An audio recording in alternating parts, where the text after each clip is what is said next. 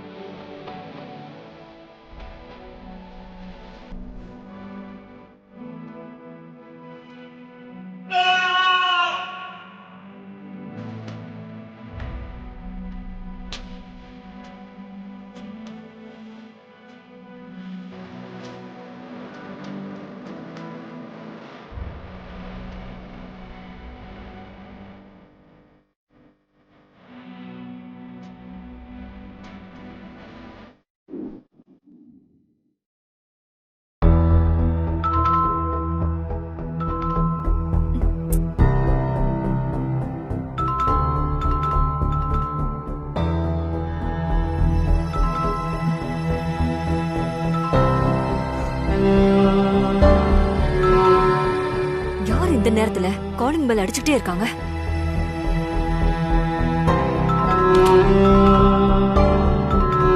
ஒரு time calling bell அடிச்சா வந்து கதவை திறக்க மாட்டாங்களா? ஓயாம அடிச்சுக்கிட்டே இருக்காங்களே, யாரா இருக்கும்?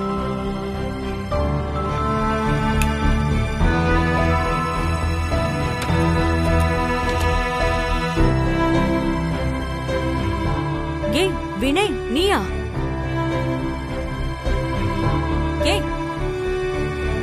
என்ன இந்த நேரத்துல திரும்பி வந்திருக்க? நாளை கழிச்சுதான் வருவேன்னு சொன்ன, என்ன ஆச்சு? டேய், நான் உன்கிட்ட தான் கேட்டுட்டு இருக்கேன், நீ பதில் பேச மாட்டேங்கிற. என்ன ஆச்சுடா? எதுவும் பிரச்சனையா? ஒண்ணும் இல்ல. ஏன் உன் முகம் ஒரு மாதிரியா இருக்கு? வினய் சொல்லு, என்ன பிரச்சனை? ஏன் வாய் திறந்து எதுவும் பேச மாட்டேங்கிற? தாயே, எனக்கு ஒரு பிரச்சனையும் இல்ல. பேசாம என்ன விடு, நான் போய் தூங்கணும். வினய், நீ குடிச்சிருக்கியா? மா, நான் குடிக்கவும் இல்ல, ஒண்ணும் இல்லம்மா. சாவடிக்காதம்மா, என்ன விடுறியா? டேய், நான் சாகடிக்கிறேனா? சரி, நீ சோக மாதிரி என்னமோ பண்ணு, எனக்கு என்ன? நீ போ. டேய் வினய், வெறும் வயித்தோட போய் தூங்காத, சாப்பிட்டாது போடா. மா, நான் சாப்பிட்டேம்மா, நீ கவலைப்படாம போய் தூங்குமா, போமா.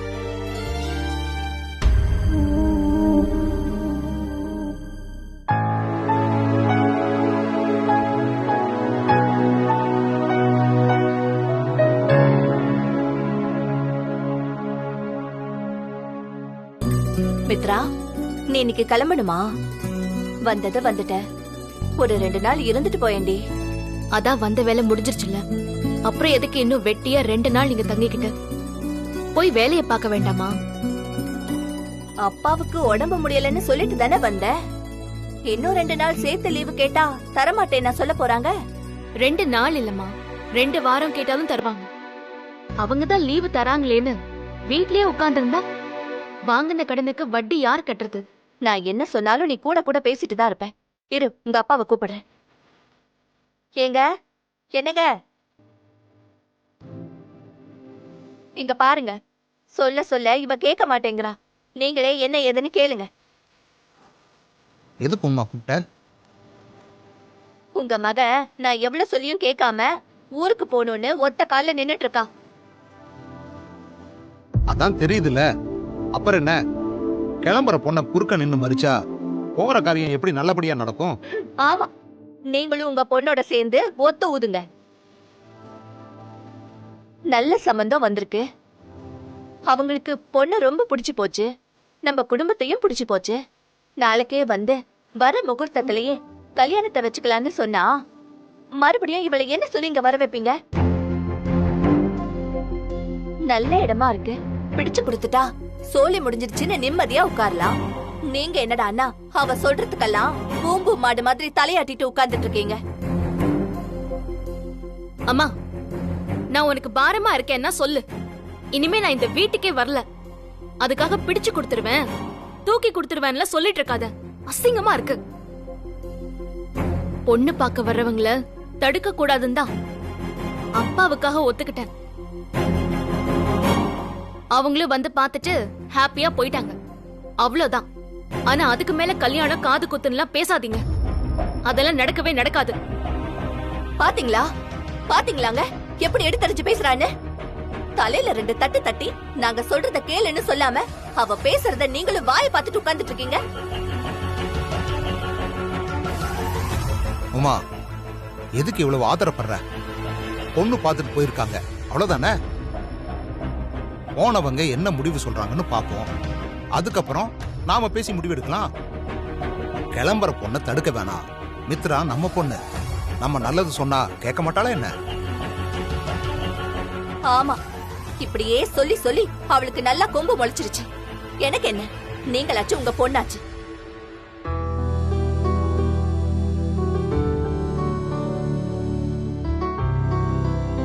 சரிப்பா, நான் போயிட்டு வரேன். இருமா, அப்பா பஸ் ஸ்டாண்ட்ல வந்து டிராப் பண்றேன். வேண்டாம்ப்பா, உங்களுக்கு எதுக்கு சிரமம்? நான் ஆட்டோ புடிச்சு போய்க்கிறேன். சரி, பார்த்து பத்திரமா போயிட்டு வாமா. சென்னைக்கு போய் இறங்குனதும் ஃபோன் பண்ணு. சரிப்பா, வரேன். தாரணி.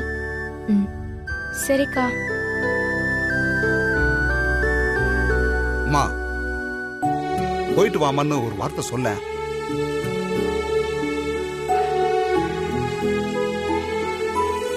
பார்த்து பத்திரமா போயிட்டு வா.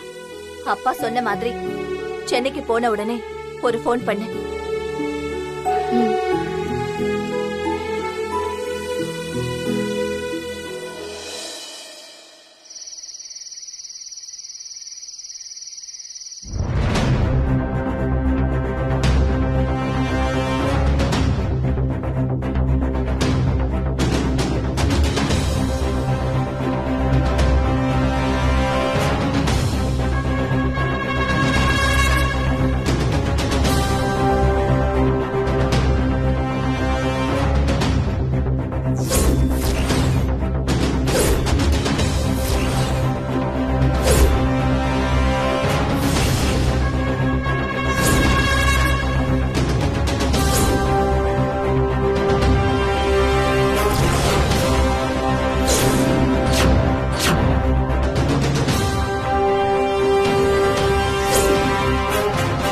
ஏன் மித்ரா அப்படி பண்ண? அப்படி நான் உனக்கு என்ன கெடுதல் பண்ணிட்டேன்?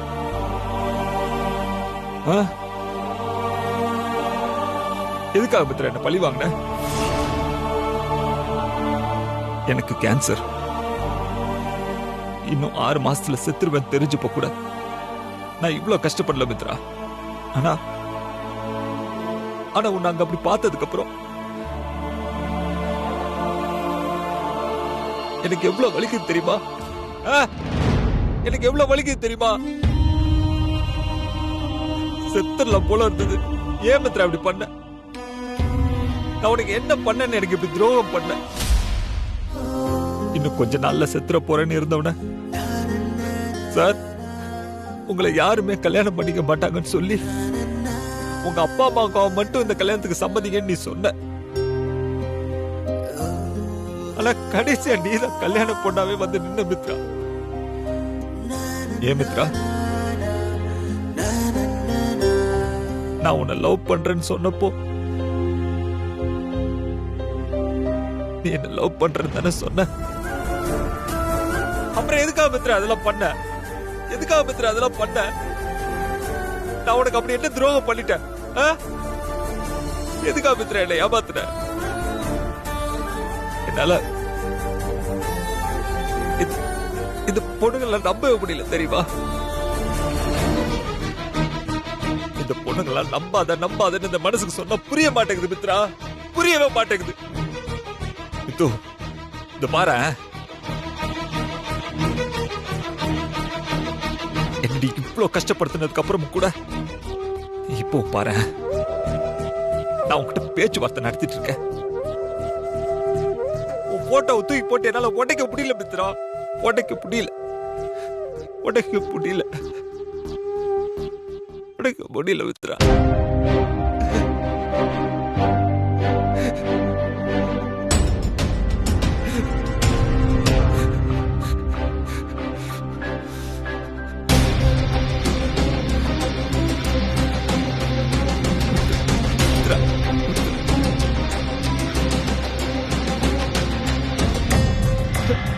நான் இப்போ லவ் பண்றேன் மித்ரா, இப்போ கூட லவ் பண்றேன். ஆனா இப்ப கூட பாரு, நாளைக்கு நீ வருவ, என்கிட்ட சிரிப்ப, பேசுவ, அதையும் நான் நம்புவேன், ஏமாறுவேன். ஆனா அப்போ கூட உன்கிட்ட என்னை ஏன் ஏமாத்தின, என்னை ஏன் ஏமாத்துறன்னு ஒரு வார்த்தை கூட கேட்க மாட்டேன் மித்ரா, ஒரு வார்த்தை கூட கேட்க மாட்டேன் மித்ரா.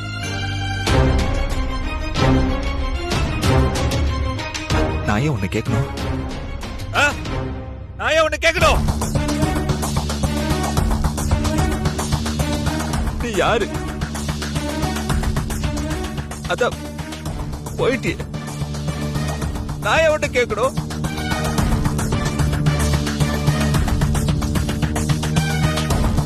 போயிடு மித்ரா.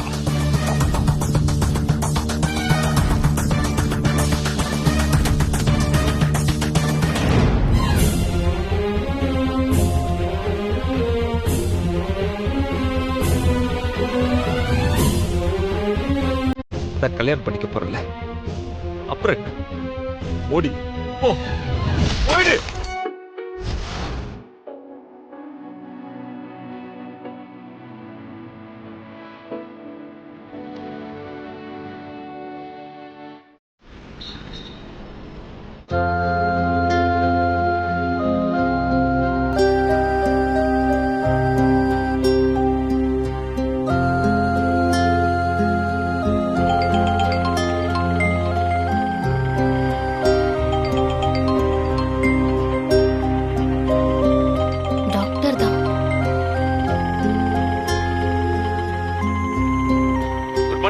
Good morning doctor.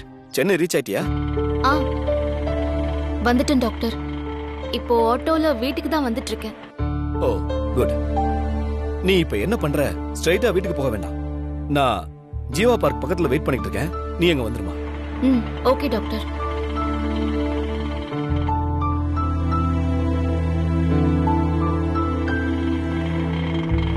இங்கதான் ஒரு 5 minutes வெயிட் பண்ணுங்க.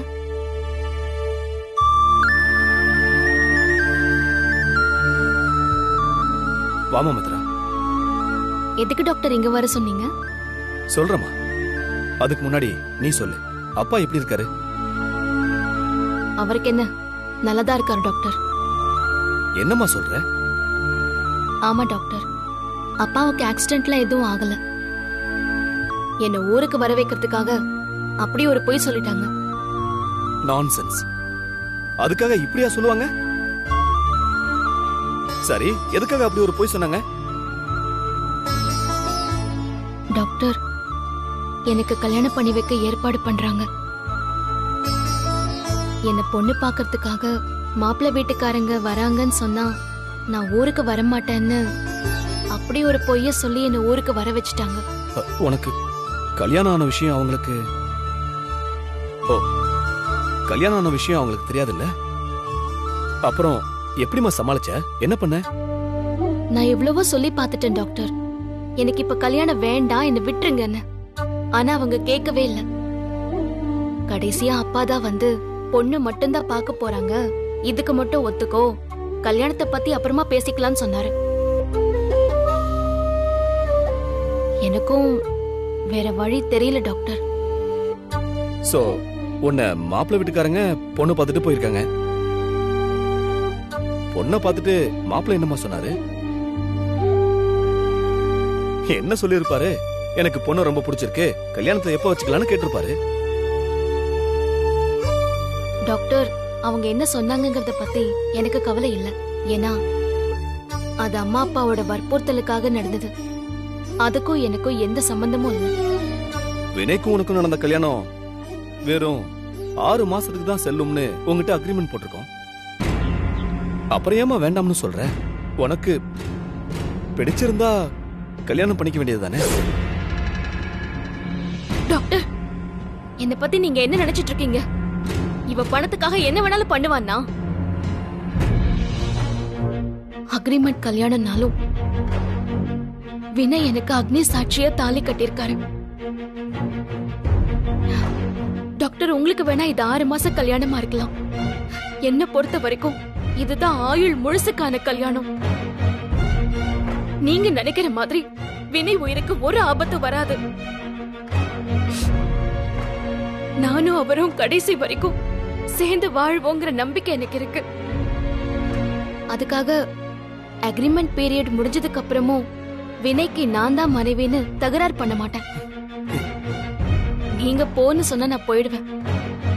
ஆனா கடைசி வரைக்கும் வினய நினைச்சுக்கிட்டே வாழ்ந்து முடிச்சிருவேன். நான் வினய மறந்துட்டு இன்னொரு கல்யாணம் பண்ணிப்பேன்னு மட்டும் நினைச்சிடாதீங்க டாக்டர். இந்த ஜென்மம் இல்ல, இன்னும் எத்தனை ஜென்மம் எடுத்தாலும் வினய் தான் என் புருஷன். மித்ரா, இப்ப எதுக்கு நீ இவ்வளவு எமோஷன் ஆகுற? நான் சும்மா சாதாரணமா தான் கேட்டேன். நீயே போகணும்னு சொன்னா கூட நானும் வாசுகியும் விட்டுருவோமா என்ன? சரி, இந்த விஷயம் எல்லாம் நம்ம 2 பேருக்கு மட்டுமே தெரிஞ்சதா இருக்கட்டும். வேற யாருக்கும் தெரிய வேண்டாமா? சமயம் வரும்போது உங்க அப்பா அம்மா கிட்ட உனக்கு நடந்த கல்யாணத்தை பத்தி சொல்லிக்கலாம். அது வரைக்கும் கொஞ்சம் மேனேஜ் பண்ணிக்க. ஓகேமா, நான் உன்னை எதுக்கு இங்க வர சொன்னேன்னா, நீ டெல்லி போகலங்கிற விஷயத்த வாசுகி எப்படியோ ஸ்மெல் பண்ணிட்டாளோன்னு எனக்கு ஒரு சின்ன சந்தேகம் வந்திருக்கு. இல்ல, நீ ஷாக் ஆகாத. சின்ன சந்தேகம்னு தான் சொன்னேன். ஒருவேளை நான் சந்தேகப்படுறது கூட தப்பா இருக்கலாம் இல்லையா? ஆனா நாம எதுக்கும் எச்சரிக்கையா இருக்கணும்ல. வாசுகி உன்கிட்ட டெல்லி ட்ரிப் பத்தி கேட்கறதுக்கு நிறைய வாய்ப்பு இருக்கு. நீ என்ன பண்ற? நான் சொல்றத அப்படியே சொல்லி சமாளிச்சு.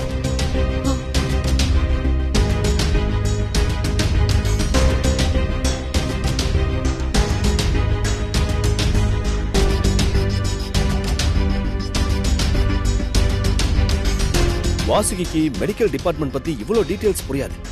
நீ சொல்லு, அப்பதான் அதை நம்புவா அவன்.